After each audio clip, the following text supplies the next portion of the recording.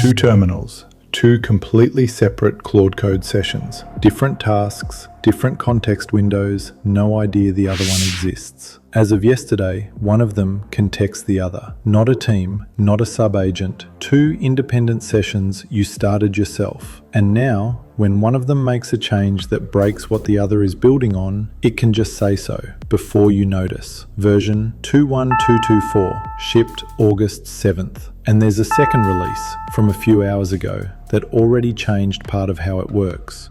Two tools. Claude calls them You Never Do. ListAgents finds who it can reach. SendMessage delivers plain text to one of them by name. That's the whole surface. Want to see the list yourself?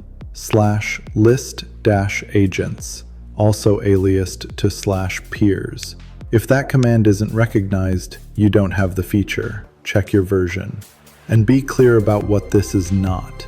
It isn't agent teams. Those are teammates Claude spawns and supervises inside one session. It isn't subagents. These are your own separate sessions that you started in different terminals. The docs put it plainly. This covers messages between your independent sessions. One more limit worth knowing up front. A message is text, never conversation history, never files. If you want the whole context somewhere else, you resume the session instead. Now the part that matters for anyone who cares where their data goes. If both sessions are on the same machine, the message goes over a per session socket and, quote, never through Anthropic servers, end quote. Local stays local. If the other session is on a different machine or on Claude Code on the web, it travels through Anthropic servers, arriving over that machine's remote control connection. Now, here the sources genuinely disagree, so I'll give you both. The documentation, as it reads today, says cross-machine is replies only. Claude can answer a message that came from another machine, but it can't start that conversation. The changelog for version 21225, which shipped a few hours ago, says SendMessage can now start a conversation with remote control sessions by name instead of only replying first. The docs haven't caught up with a release that's hours old, so check your own version. On 21224, expect reply only. On 21225, expect to be able to initiate. This is the best designed part of the feature, and it's worth knowing exactly. When session A messages session B, Claude Code tells B that the message came from another session, not from you. And then it limits it. 4 rules. 1. It can't approve anything. A message from another session never counts as your consent, so it can't answer a pending permission prompt for you. 2. It can't change configuration.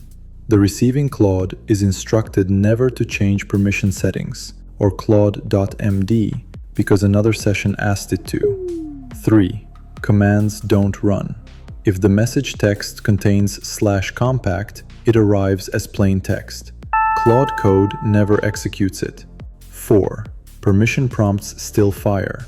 If acting on the message needs a permission the receiving session doesn't have, you get the same prompt you'd get for any other work. And the sending side has a rule too.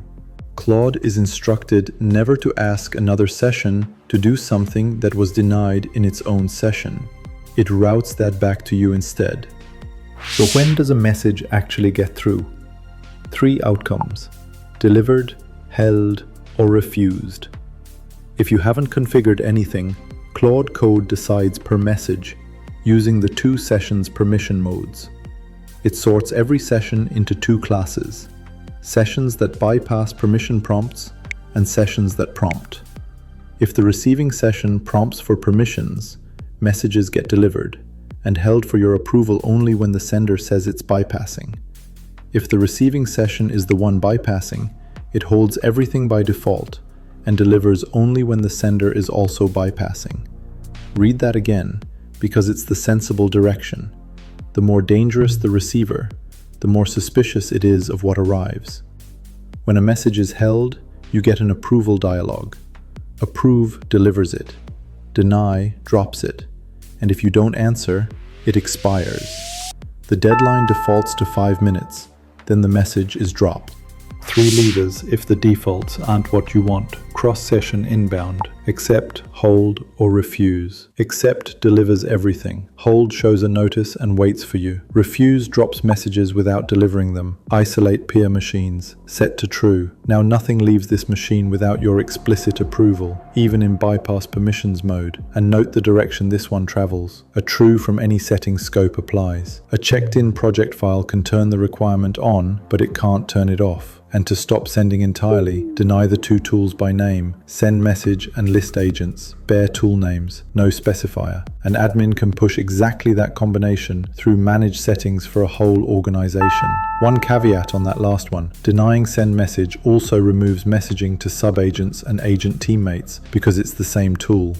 5 things that will otherwise waste your afternoon. It's macOS and Linux, including Linux inside WSL2. There's no cross-session messaging on native Windows. It's not available on Amazon Bedrock, Claude Platform on AWS, Google Cloud's Agent Platform, or Microsoft Foundry. Containers have their own file system, so a session inside a container and one on the host can't see each other. 2 sessions inside the same container still can. This one is genuinely surprising. Turning off telemetry turns off the feature. If you've set dispelled telemetry or do_not_track or Claude Code disable non-essential traffic or denable_growthbook, the feature flag evaluation this depends on is off, so messaging stays off. Nothing tells you, you just don't have it. And last, message loops are throttled by design. Repeats are rate limited per sender. Identical repeats in a short window get dropped, and at most 50 accepted messages wait to be read. 2 sessions can't ping-pong forever. So, 3 things. 1. Check whether you actually have it. /listagents. If the command isn't recognized, it's your version, your OS, your provider, or a telemetry flag. 2. Understand the authority model before you rely on it. A message from another session can't approve, can't reconfigure, can't run commands, and doesn't skip your permission prompts. That's the whole reason it's safe to leave on. 3. If you run anything in bypass permissions mode, know that it holds inbound messages by default, and that the dialog expires in 5 minutes. Set cross-session inbound deliberately rather than discovering it. If you want the feature this one keeps getting confused with, the Agent Teams video covers teammates inside a single session. It's on screen now.